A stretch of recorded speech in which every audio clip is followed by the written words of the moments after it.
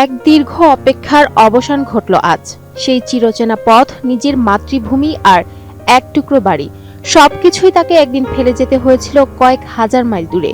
তারেক রহমানের ফেরাটা আনন্দের হলেও দেশ ত্যাগের বিষয়টি ছিল ঠিক ততটাই বেদনার। তারেক রহমানের দেশত্যাগ এবং দীর্ঘ সময় বিদেশে অবস্থানের পেছনে ছিল বেশ কিছু কারণ। 2007 সালের 11 জানুয়ারি দেশে জরুরি অবস্থা জারির পর তৎকালীন তত্ত্বাবধায়ক সরকার দেশজুড়ে দুর্নীতি বিরোধী অভিযান শুরু করে। এই অভিযানে 2007 সালের 7 মার্চ বিএনপির সিনিয়র যুগ্ম মহাসচিব তারেক রহমানকে তার বনানীর হাওয়া ভবন থেকে গ্রেফতার করা হয়। গ্রেফতারের পর তার বিরুদ্ধে চাঁদাবাজি, দুর্নীতি ও ক্ষমতার অপব্যবহার সহ প্রায় 15টি মামলা দায়ের করা হয়। কারাবন্দী অবস্থায় রিমান্ডে থাকাকালীন তার উপর প্রচন্ড শারীরিক নির্যাতনের অভিযোগ ওঠে বিএনপি ও তার পরিবার পক্ষ থেকে। এই সময় তার মেরুদণ্ড স্পাইনাল কর্ডে গুরুতর চোট লাগে, যার ফলে তার স্বাভাবিক চলাফেরা প্রায় অসম্ভব হয়ে পড়ে। বিএসএমএমইউ হাসপাতালে চিকিৎসাধীন অবস্থায় তার শারীরিক অবস্থার অবনতি হলে চিকিৎসকরা তাকে উন্নত চিকিৎসার জন্য বিদেশে পাঠানোর পরামর্শ দেন। দীর্ঘ 18 মাস কারাবন্দী থাকার পর 2008 সালের 3 সেপ্টেম্বর উচ্চ আদালত থেকে তিনি সব মামলায় জামিন লাভ করেন।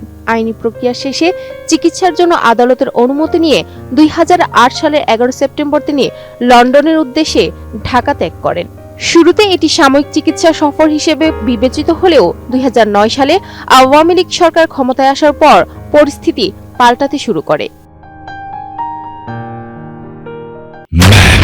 দেশের সবচেয়ে শক্তিশালী 52.5 গ্রেডের পিসিসি সিমেন্ট। তারেক রহমান যেন দেশে ফিরতে না পারেন, সেজন্য তার বিরুদ্ধে থাকা পুরনো মামলাগুলোর বিচার কাজ শুরু হয়। 2013 সালে মানি লন্ডারিং মামলায় তিনি খালাস পেলেও পরবর্তীতে উচ্চ আদালত তাকে 7 বছরের কারাদণ্ড প্রদান করেন। এরপর 2018 সালে জিয়া অরফানেজ ট্রাস্ট দুর্নীতি মামলায় 10 বছর এবং 21 আগস্ট গ্রেনেড হামলা মামলায় তাকে যাবজ্জীবন কারাদণ্ড দেওয়া হয়।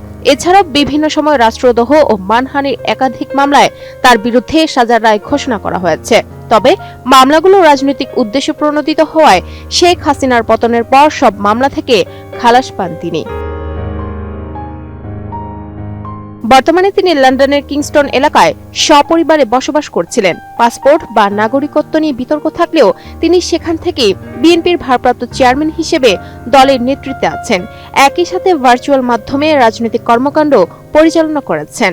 শারীরিক অসুস্থতা এবং দেশে ফিরলে ন্যায় বিচার না পাওয়ার শঙ্কা এবং জীবনের উপর ঝুঁকির কারণেই তার প্রবাস জীবনের দীর্ঘসূত্রতা তৈরি হয়েছে।